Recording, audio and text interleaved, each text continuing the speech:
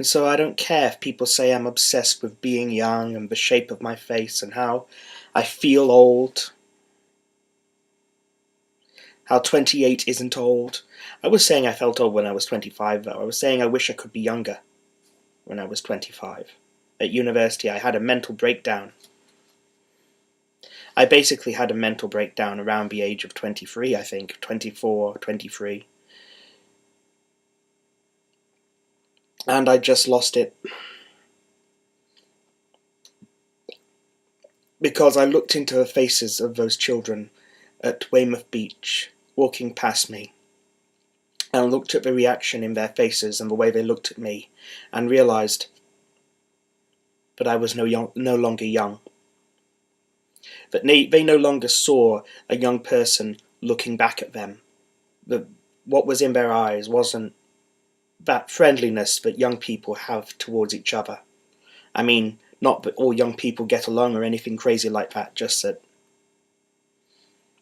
there's an openness to getting to know other young people among young people, and they no longer displayed that to me. And I had that breakdown.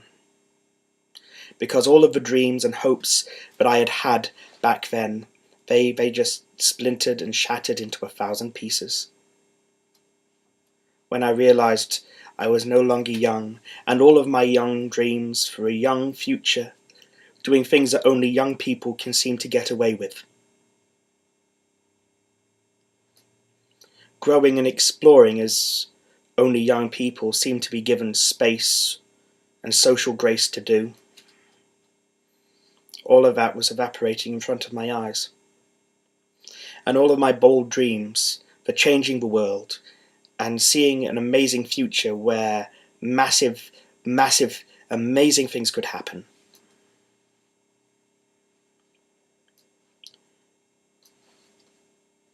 All in front of my eyes. Everything that I'd been promised, everything that I'd strove for, everything I believed in, was breaking apart. Everything I believed that I was partnering with God to do.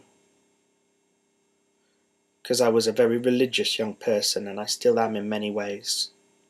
Everything I believed I was cooperating with God to bring about on planet Earth, a better world,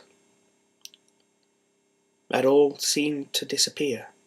It all seemed to shatter into 1,000,000 pieces. You see, because what I wanted, what I believed in, was very childish. My dreams for changing the world were something. They had a touch of the Saturday evening adventure show about them. You know, some genius, some group of heroes adventure through dark and devious conspiracies and save the world. That kind of thing.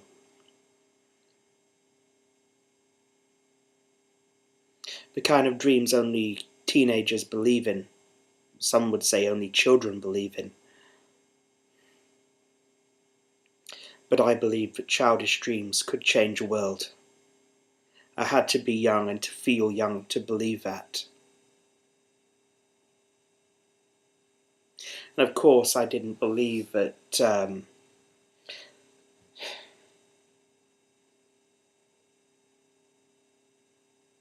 I didn't believe that some cheesy action line and a nasty hairdo,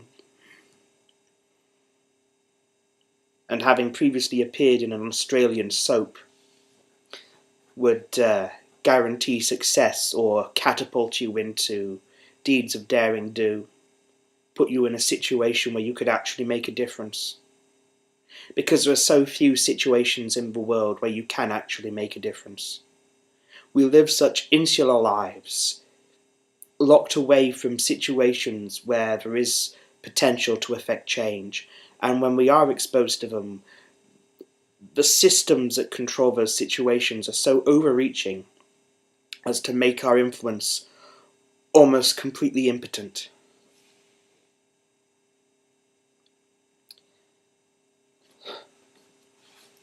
but I didn't believe that was going to be my situation.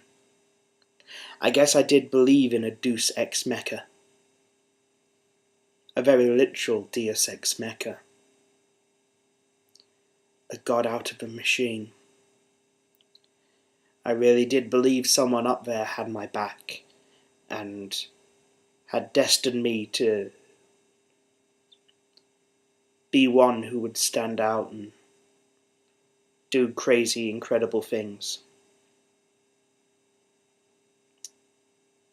But not because I thought necessarily that I was the bee's knees, that I was like the best person in the world. Of course God would choose me to do things. Just that I was willing. Where very few other people would believe that you could do it, I was willing to believe and take a risk. And on that basis I expected some sort of response. Not just on that basis. I thought I was being led. I thought I was going down a path